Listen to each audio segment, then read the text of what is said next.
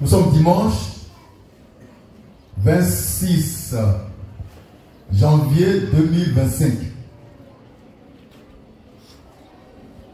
Et c'est l'heure de la prédication de la parole de Dieu.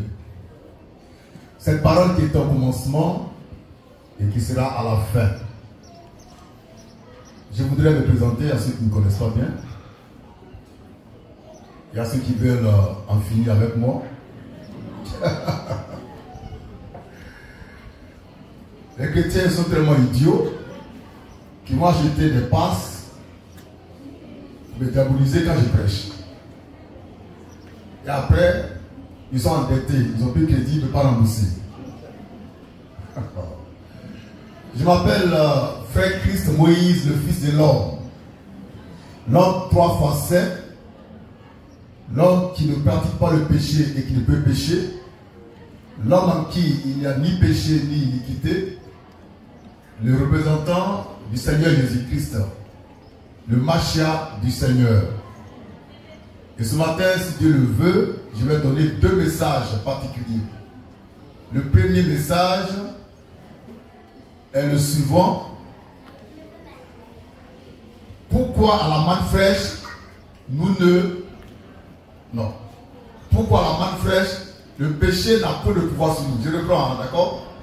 Pourquoi à la manne fraîche, le péché n'a pas de pouvoir sur nous? Je vais expliquer pourquoi nous ici, on n'est ni pécheurs, ni impudiques, ni adultères, et pourquoi nous on ne peut pas pécher, et pourquoi on ne va jamais pécher. Je vais expliquer ça. Ce message de ce matin, qui est la manne fraîche, ne s'adresse pas aux pécheurs, à ceux qui vivent dans le péché, à ceux qui pratiquent le péché, mais seulement aux saints et à ceux qui se sanctifient. Par conséquent, si dans les environs il y a quelqu'un qui pêche, qui a le péché, eh bien qu'il débarrasse le plancher avant que nous ne prenions notre envol.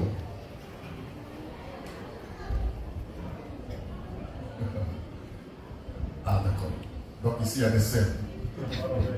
Que Dieu soit béni. Nous allons faire la prière des saints.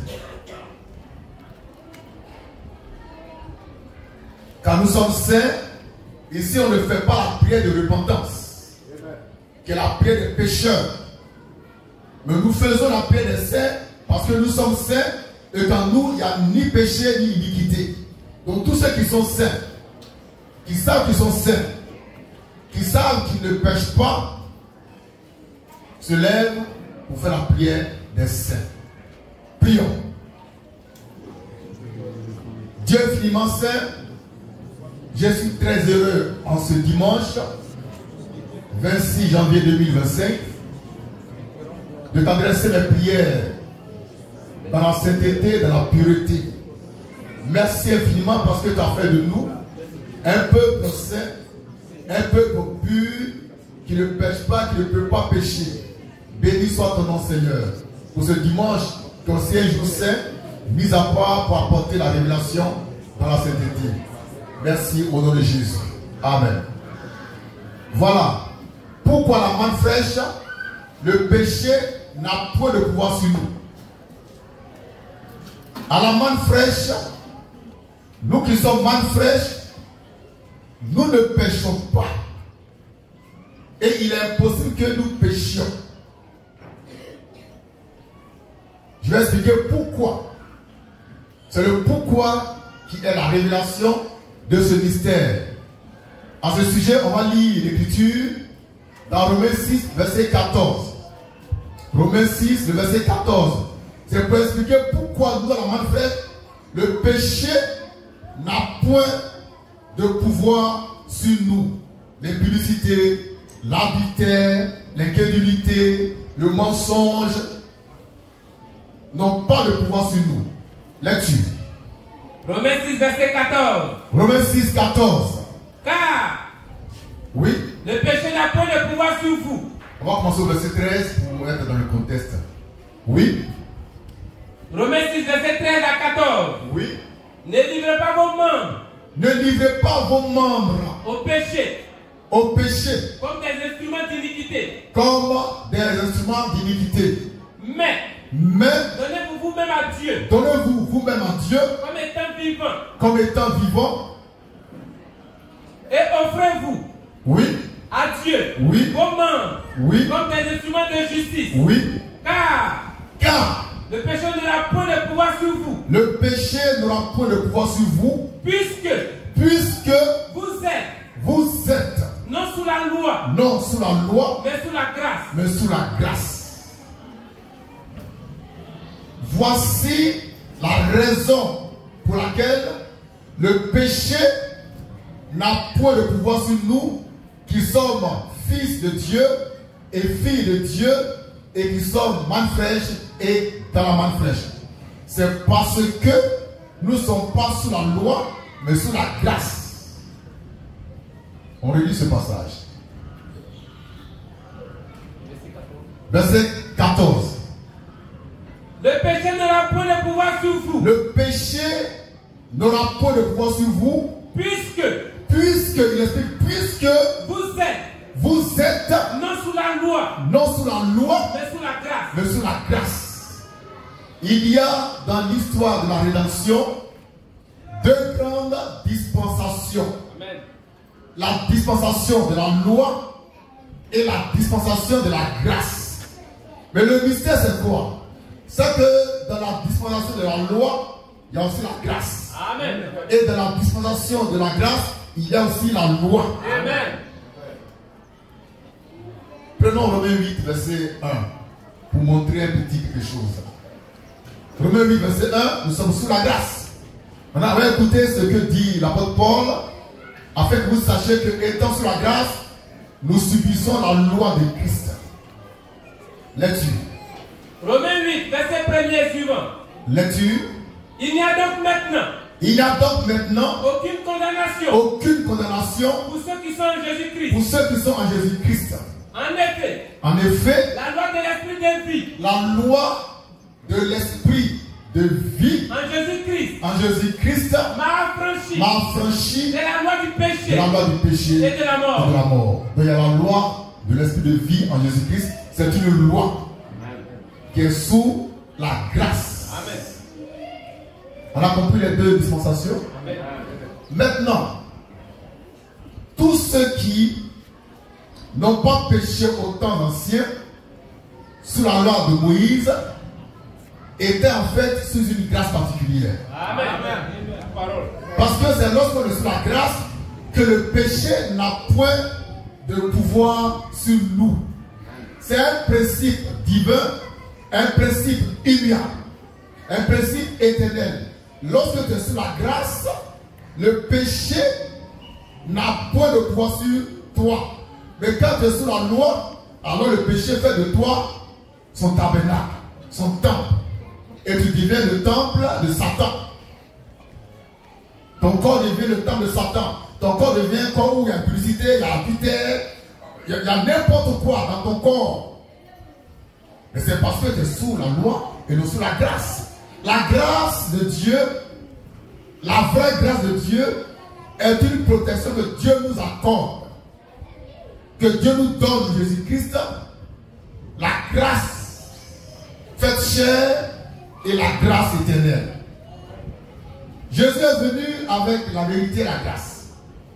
Et les gens pensent qu'avec Jésus-Christ, on doit vivre comme on veut parce qu'on serait sous la grâce. Non. Jésus a horreur du péché. Regardez la femme adultère. Elle a été surprise en flagrant délit d'adultère.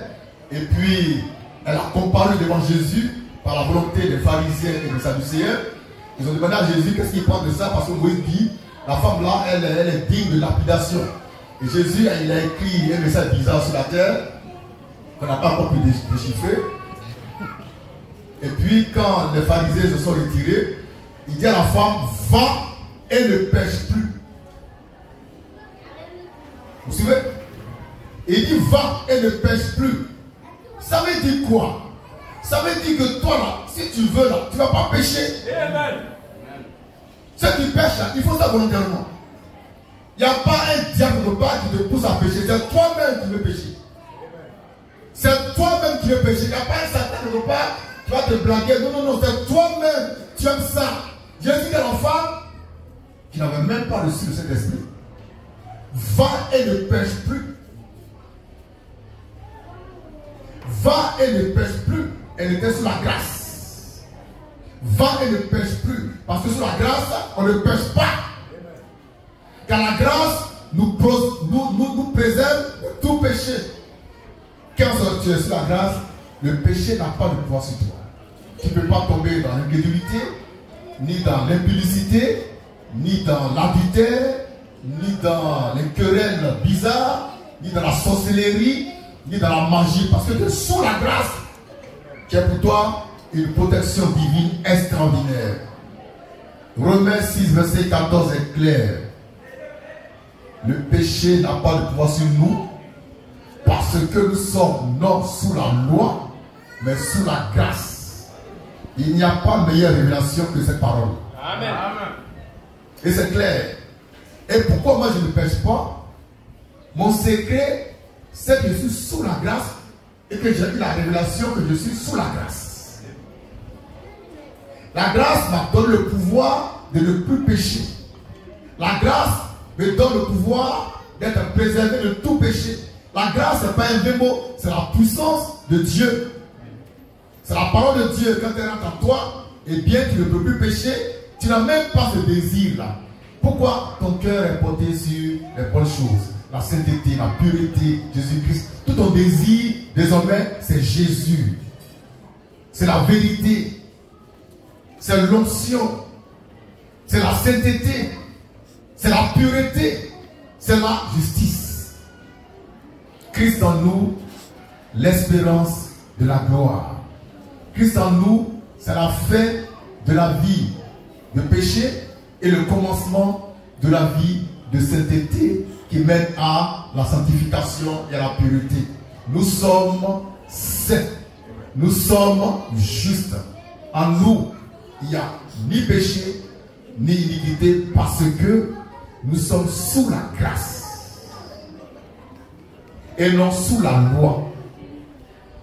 Les chrétiens sont étonnés de m'entendre dire que moi je ne pêche pas. Ils disent comment ça? C'est quel homme qui peut dire pêche pas? Parce que eux, les chrétiens, ils veulent pécher. Je vais apporter la preuve biblique qu'il est possible de ne plus pécher. On va dire ça en commençant par lancer l'alliance avec un homme qui s'appelle Job. Job était sous le sang des animaux et dans la dispensation de la loi. Pourtant il dit, en lui, il n'y a pas de péché. Pourquoi? En fait, il était sous une grâce particulière. Job 33, verset 9. Qu'on va lire, qu'on va relire, qu'on va méditer, puis reméditer, jusqu'à ce que nous comprenions que ce que Dieu veut pour nous, c'est la sanctification qui mène à la sainteté, c'est la pureté, c'est la vérité, c'est une vie sans reproche, une vie sans péché. Et c'est possible, parce que Jésus-Christ est mort pour ça, et il nous a donné le pouvoir d'être des gens, des hommes, des femmes sans péché. Là-dessus. Job 33, verset 9. Job 33, le verset 9. Je suis pur. Job dit, étant sous le sang des animaux. Job était sous le sang des animaux. Et il dit, je suis pur. Oui. Je suis sans péché. Je suis sans péché. Je suis net. Je suis net. Il n'y a point moins d'iniquité. Il n'y a point moins d'iniquité. Donne-moi le nom d'un seul missionnaire, d'un seul pasteur, d'un seul prophète, d'un seul bishop, d'un seul révérend pasteur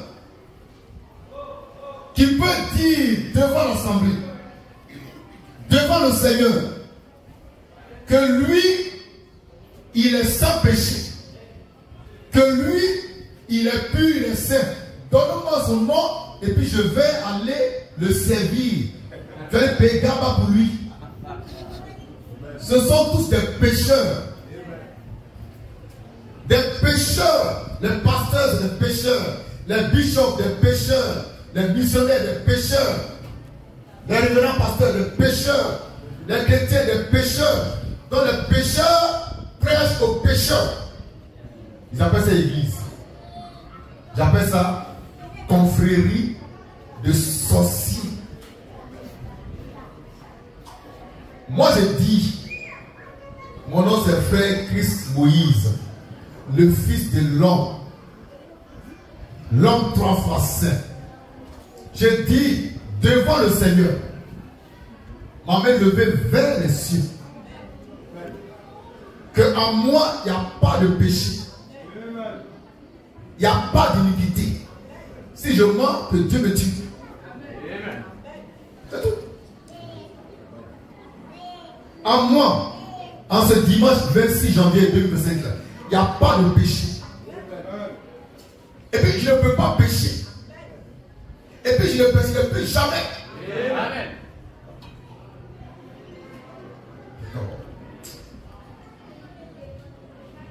Chrétien. Chrétien. Votre chrétien amène ça comment? Les voleurs, c'est les chrétiens. Les impudiques, c'est les chrétiens. Habiteurs, c'est les chrétiens. Les mamailleurs de la haute mamaille, c'est les chrétiens. Les meurtriers, c'est les chrétiens. Les violeurs, c'est les chrétiens. Les pédophiles, c'est les chrétiens. Qui chaque jour demandent pardon à Dieu parce que Dieu, il est bon.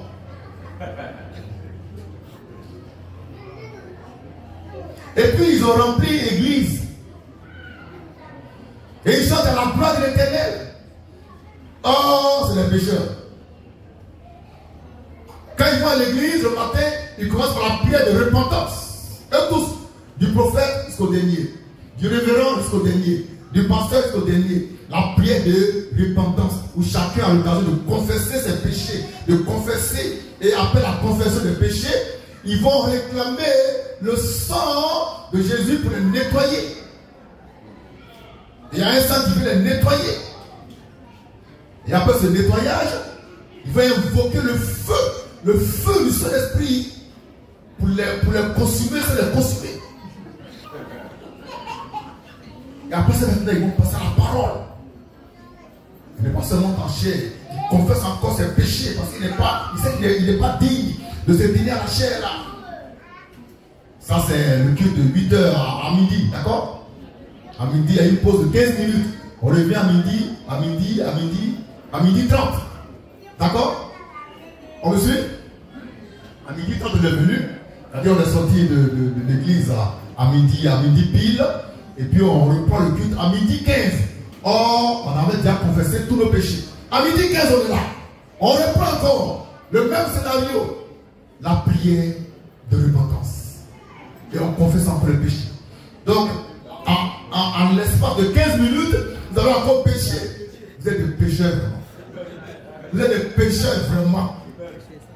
Et c'est vous qui espérez au ciel. C'est vous qui espérez être enlevé. Si nous on vous voit là-bas, on n'entre pas là-bas. On fait une grève historique. Le paradis est réservé aux saints. À ceux qui ne pêchent plus. Pas aux pécheurs. Dieu dit, rien d'impur ne va entrer dans la ville sainte. Rien d'impur. Job, devant tout le monde, a déclaré que lui, il est saint. Qu'en lui, il n'y a pas de péché. Demande à ton pasteur de faire cette déclaration. Demande à ton prophète. Demande à ton missionnaire. Ils ne pourront pas faire parce qu'ils savent qui ils sont réellement. Mais ce matin, se tient ici un homme. Devant vous. Devant le Seigneur. Qui dit qu'en lui, il n'y a ni péché, ni iniquité. Il ne pêche pas. Il ne peut pas pécher. J'ai plus de 30 ans de conversion. Je n'ai plus jamais péché. Et quand je parle comme ça, les pécheurs quittent la manne fraîche. Et là, c'est une bonne nouvelle. C'est une bonne chose. Maintenant, pourquoi la manne fraîche, le péché n'a pas de pouvoir sur nous? C'est parce que nous sommes nés de Dieu et non du diable. Nous sommes nés de Jésus-Christ et non de Satan. Nous sommes sortis de Dieu étant devenus des dieux. Amen. On Dieu ne pêche pas. Alors nous ne pêcherons jamais. 1 Jean 3, verset 9. Pour expliquer pourquoi, à la manne fraîche, le péché n'a pas de pouvoir sur nous. Nous lisons l'Écriture. Et si en toi, il y a une semence la parole, tu vas prendre en ça et puis tu vas avancer. Car c'est une question de semence. Ce n'est pas de forme, c'est qu'il y a dans ton cœur. Si ça colle avec ce que Dieu dit, alors tu es de Dieu. Et quand tu as quitté ici, tu n'as plus jamais péché. L'envie de pécher va te quitter. Ça sort de toi. Et puis Dieu a mis en toi sa parole, sa sainteté. Tu ne vas plus jamais prendre ton corps pour faire n'importe quoi. Plus jamais ça. Lecture. 1 Jean 3, verset 9. 1 Jean 3, verset 9 dit quoi? Quiconque est né de Dieu. Quiconque est né de Dieu ne pratique pas le péché. Tu reprends ça. Quiconque est né de Dieu. Oui. Ne pratique pas le péché. Oui. Parce que la semence de Dieu. Oui. Demeure en lui. Oui. Il ne peut pécher. Oui. Parce qu'il est né de Dieu. Une question. Est-ce que c'est bien écrit dans la Bible, cette parole? Mais pourquoi les missionnaires ne prêchent jamais dessus? Ils sont attachés à Ecclésiaste 7, verset 20. Romains 3, 10 à 11. Mais est-ce ça là? Et 1 Jean 3, 9 là. On fait quoi avec ça?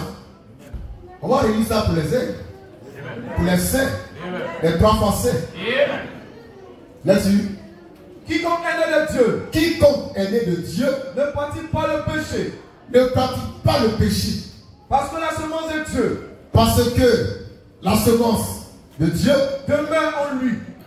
Demeure en lui. Il ne peut pécher. Et il ne peut pécher parce qu'il est né de Dieu. Parce qu'il est né de Dieu. Maintenant, on va faire l'inverse. Quiconque est né du diable pêche. Pêche. Parce que en lui demeure la semence du diable. Il ne peut pécher parce qu'il est né du diable. C'est clair. Mais ce n'est pas vrai. Donc tous les pécheurs, leur papa, c'est le diable.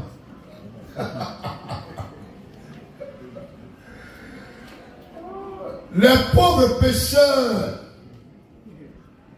leur papa, c'est le diable. Amen. Amen. Quiconque est né de Dieu ne pratique pas le péché et il ne peut pécher. C'est écrit noir sur blanc. Et moi je prends ça. Je suis né de Dieu. Je ne peux pas pécher. En moi demeure sa semence. Je ne peux pas pécher.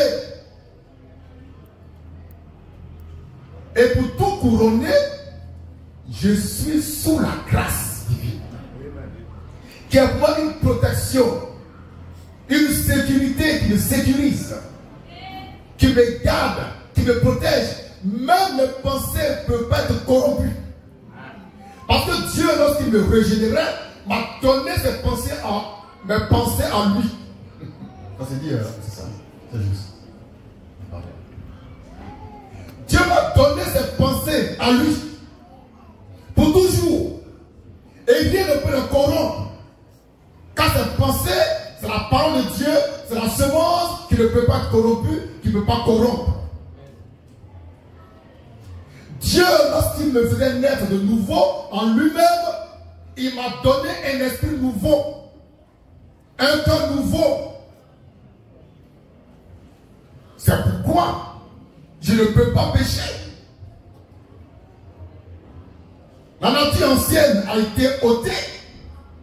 Et Dieu m'a donné une autre nature, sa nature à lui. La nature de sainteté, de pureté, d'obéissance, de gloire, de lumière, de vérité, d'humilité, de simplicité. Il me l'a donné. Ça fait 30 ans que je suis en Jésus-Christ et qu'il est en moi. C'est pourquoi le péché, sous toutes ses formes, n'a pas de pouvoir sur moi. Alors on me dit, mais le péché c'est quoi? Parce qu'il y a une certaine doctrine branhamique qui dit que il y a le péché et puis il y a les péchés. Oui, il y a le péché puis il y a les péchés. Donc on peut ne pas pécher, on peut pratiquer les péchés. Je le prends. On peut ne pas pécher, mais pratiquer les péchés. Ça veut dire, on peut ne pas pécher et puis être impudique, être adultère, être voleur, être pédophile, être violeur, être. Ça, ce sont les péchés que les chrétiens peuvent et doivent pratiquer. Mais le péché lui-même là, le chrétien ne fait pas ça. Il y a des oiseaux spirituels qui croient ça.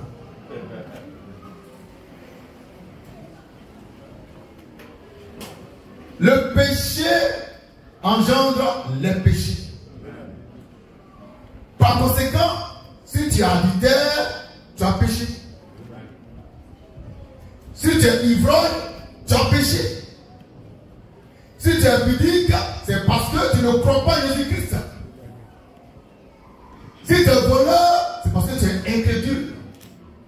Donc le péché qu'on appelle l'incrédulité engendre les péchés qui sont l'adultère, l'ivrognerie, la sorcellerie, la magie noire et blanche, la fornication, le vol, le viol, la pédophilie, l'homosexualité. Pas encore, aide-moi. L'idolâtrie,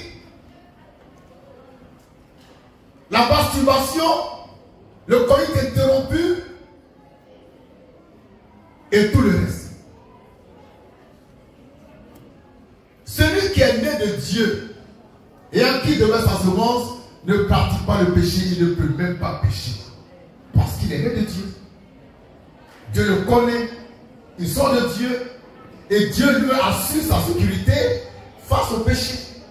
Tu ne peux pas tomber en tentation parce que tu es né de Dieu. Les tentations ça vient, hein? Mais jamais tu vas tomber dedans. Parce qu'en toi, il y a une force extraordinaire qui te permet de dominer sur les tentations. Qui te rend insensible au plaisir de ce monde.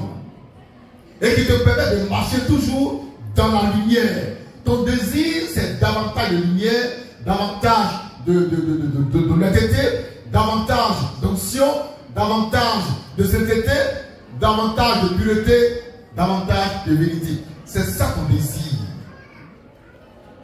Tu n'es pas là en train de faire des calculs pour aller voir comment tu vas faire les moumous une fois pour disparaître. Non. 1 Jean 3, verset 6. J'explique pourquoi nous, mon frère, le péché, sous toutes ses formes, n'a aucun pouvoir sur nous. Et j'assume mes propos pleinement. Le péché n'a aucun pouvoir sur nous. Et puis je déclare encore qu'en 2025, nous ne pécherons pas. Là-dessus. 1 Jean 3, verset 6. 1 Jean 3, verset 6. Quiconque demeure en lui. Quiconque demeure en Christ ne pêche point. Ne pêche point. Quiconque pêche. Attends. Tu reprends. Quiconque demeure en lui. Quiconque demeure en lui, c'est-à-dire en Christ, ne pêche point. Maintenant, toi qui pêches là, tu demeures en qui? Toi qui es pécheur là, toi qui es pauvre pécheur, tu demeures en qui? Parce que Dieu dit, quiconque demeure en Christ ne pêche point. Maintenant, toi qui pêches, je te demande, hein, toi qui pêches, tu m'écoutes, qui pêches, tu es arbitraire, tu es fornicateur, tu es violeur, tu es pédophile, tu es marabout, tu es magicien, tu es diable, tu demeures en qui? Parce que quand on demeure en Christ, on ne pêche pas. Tant qu'il pêche, tu ne demeures pas en Christ. Voilà pourquoi tu pêches. On reprend l'écriture. La lecture. Quiconque demeure en lui, oui, ne pêche point. Ne pêche point. Lecture. Quiconque pêche, celui qui pêche, ne l'a pas vu, n'a jamais vu Christ, et ne l'a pas connu, ne connaît pas Christ. Vous voyez comment c'est intéressant? Les gens vont à l'église, hein? Ce matin-là, mais ça prêche partout. Les murs tremblent. Oh, les murs tremblent. Les femmes tombent à gauche, les hommes à droite. Ça prophétise, ça parle en langue, ça fait des choses vraiment extraordinaires. Pourtant, c'est des pécheurs. Ils n'ont jamais vu Jésus qui prêche. Vous prêchez quelqu'un que vous n'avez jamais vu. Hein? J'ai dit, tu parles de quelqu'un que tu n'as jamais vu. C'est écrit. On peut demander. On peut demander. Tu parles de quelqu'un qui t'a envoyé que tu n'as jamais vu. Mais il t'a envoyé en comment? Vous parlez un peu comme vous parlez. Il t'a envoyé en comment? Quelqu'un t'envoie, tu n'as jamais vu. Soyez sérieux. Moi j'ai vu Jésus. Son teint est noir. En tout cas, notre Jésus là, il est noir. Au moins j'ai vu quelqu'un qui est noir, qui m'a envoyé. Je peux dire ça. Mais toi tu n'as vu personne. Et puis tu parles de quelqu'un. Mais tu es dangereux. Mon Jésus est noir. T'es noir.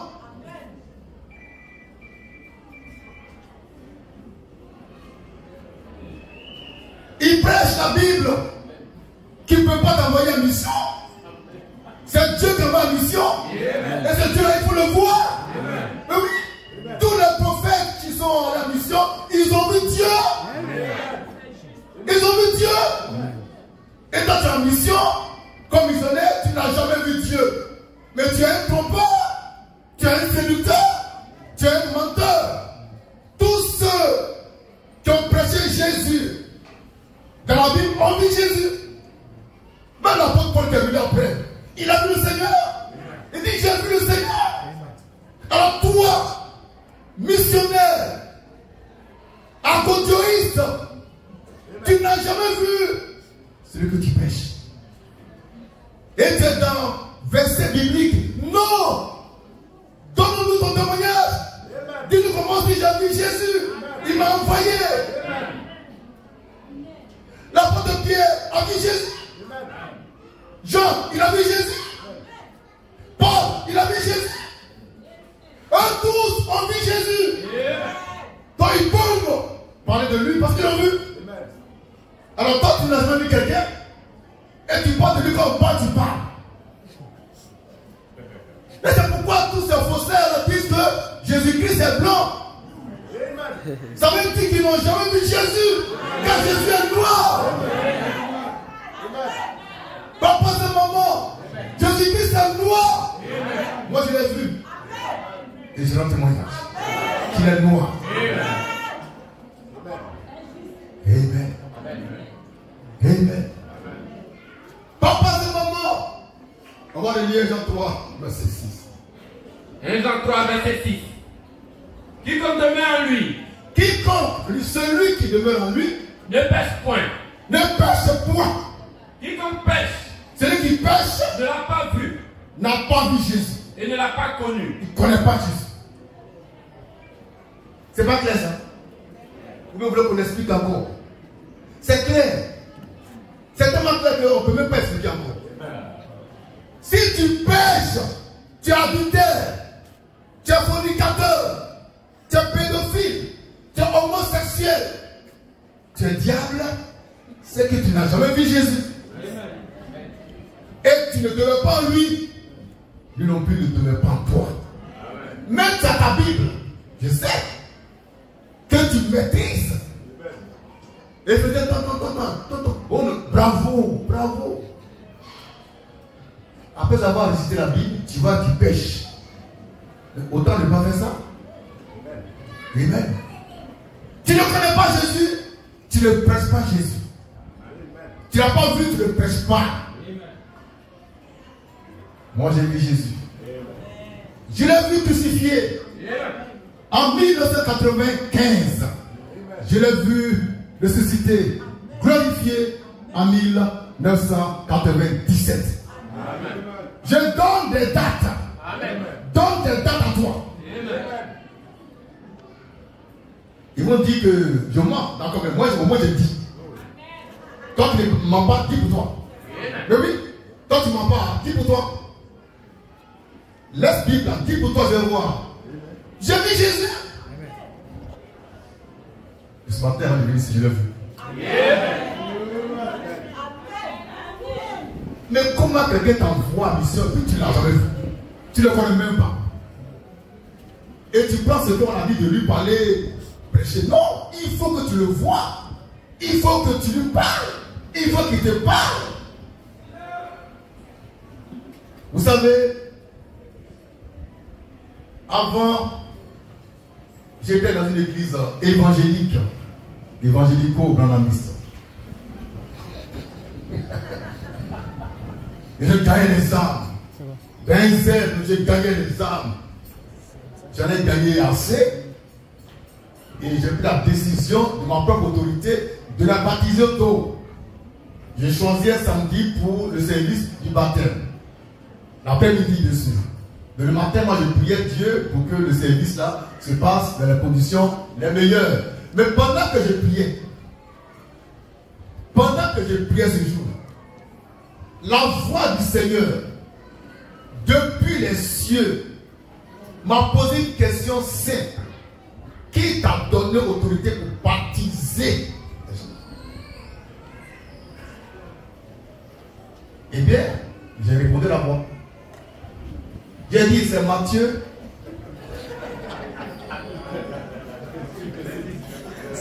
C'est Matthieu. C'est Matthieu 28, 19. Elle m'a dit, c'est encore un bizarre. Et puis elle m'a dit, tu n'as pas encore le pouvoir de baptiser les gens. Donc dis à tes frères, tu ne peux pas les baptiser. J'ai pris le drap.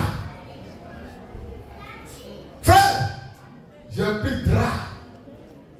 Je sors de ma chambre en transpirant. Tellement on a bombardé dans la prière. Il dit, bien aimé, là. Voilà ce que j'ai entendu. Donc, je ne vais pas vous baptiser. On se sépare. Et puis, on s'est séparés. Et j'ai dit, afin de dire là, c'est compliqué. Je ne vais plus prêcher. C'est quoi?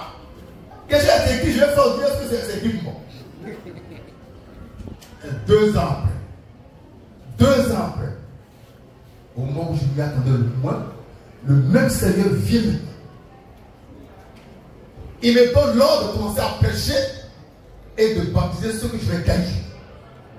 2 ans après, 2 ans sans prêcher, 2 ans sans rien faire, 2 ans d'attente, de consécration. J'attendais la révélation. Il faut que Jésus m'envoie. Et Jésus m'a envoyé.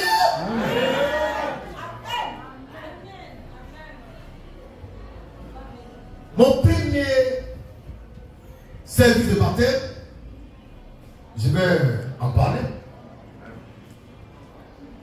Quand le Seigneur m'a donné l'onction pour baptiser et pour pardonner ses péchés, j'organise maintenant mon premier service de baptême. Et dans le groupe, il y avait quelqu'un qui était sourd. Ça s'appelle Frère Théodore. Boiti Théodore.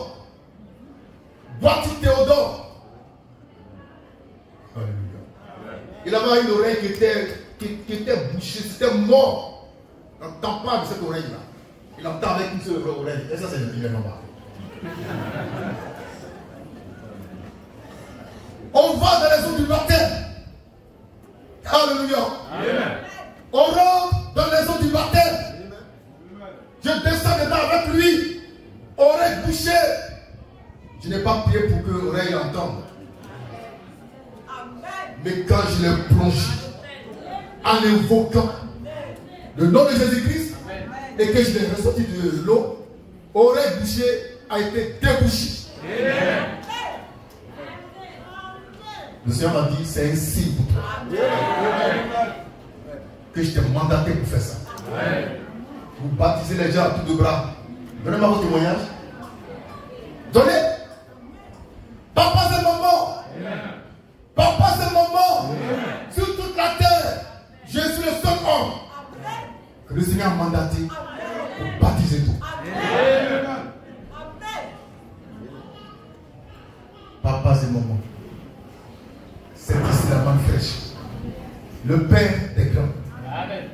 Pour la perfection des saints. Le Père des grands. Pour le rétablissement de la vérité retenue captive par les faux prophètes, les faux docteurs des temps modernes. C'est le Père des grands. Pour la préparation de l'épouse ivoirienne. L'épouse de l'agneau qui est la corde immolée à l'enlèvement. J'ai fait 7 ans au ciel. Avant de me pécher. Mon message vient du ciel. La manne fraîche vient du ciel. D'auprès de Dieu. Selon sa volonté et sa puissance.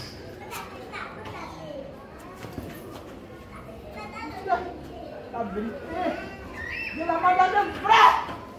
Alléluia. Alléluia. Alléluia. Sois béni. Sois béni, tu t'as béni à toi. Merci Seigneur. Tu nous as donné un nom. Que tu as mandaté. Alléluia. Alléluia. Alléluia. Lui qui a le pouvoir pour baptiser aujourd'hui. En l'aidant pas de lui à ce pouvoir.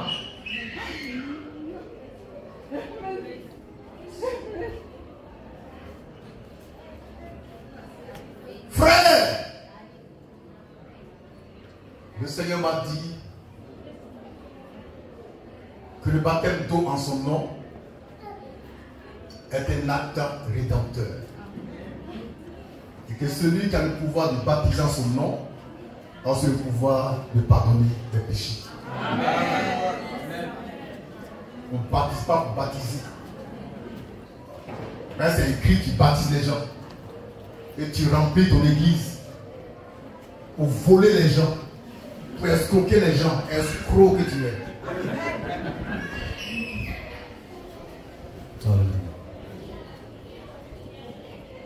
1 Jean 3, verset 5 pour terminer. Lecture. 1 Jean 3, verset 5. Oui. Or, Or, vous le savez. Vous le savez. Jésus a apparu. Jésus a apparu pour ôter les péchés. Pour ôter les péchés. Et il n'y a point en lui. Oui. De péché. De péché. Pourquoi est-ce que Jésus a apparu? D'après ce qu'on a lu, c'est pour ôter les péchés. Les péchés. N'ayez pas peur. C'est pour ôter les péchés. Les péchés. Donc écrivez ôter les péchés. Donc Jésus est venu pour ôter les péchés. On va citer quelques-uns des péchés. Péché 1. Adultère. 2. Fornication. 3. Idolâtrie. 4. Mensonge. Etc. Jésus a paru pour ôter les péchés, dont l'adultère, la fornication, la pédophilie, l'ivrognerie, l'idolâtrie. Mais s'il les a ôtés, comment ces choses sont en toi? Tu n'es pas de lui, tu ne connais pas. Il ne te connaît pas. Tu as fait effort, tu as fait péché. Il ne te connaît pas. Il ne s'engage pas de toi. Tu as fait effort aller à l'église, tu vas retourner à ça. Tu vas retourner à ça. J'ai dit, tu as fait effort. Il y en a qui ont gêné. Moi, je connais des pasteurs, de grands pasteurs. On dit pasteur ou pasteur. Eux, c'est les pasteurs. Ils ont pris 40 40 jours de jeûne, sans manger, sans boire, sur une colline dans leur village. « 40e jour, ils descendent tout maigres. Première nuit, ils ont violé une petite fille. Première nuit. Après 40 jours de jeûne, tu as croisé qui sur la montagne? La colline de son village. Alléluia. Tu as croisé qui sur la colline de ton village? Le diable. Le diable. Mais qui t'a dit que c'est en gênant qu'on se libère des péchés? Mais c'est bon. Si Dieu ne met pas dans sa semence là, il faut gêner, prier, tu vas pécher. Tu vas pécher. Donc il y a Dieu vraiment, il y a qui? Pardon. Ta semence là, mets ça à moi. Sinon, tu as fait 40 jours, 40 nuits, tu sors net là. Allez, merci, je vous aime.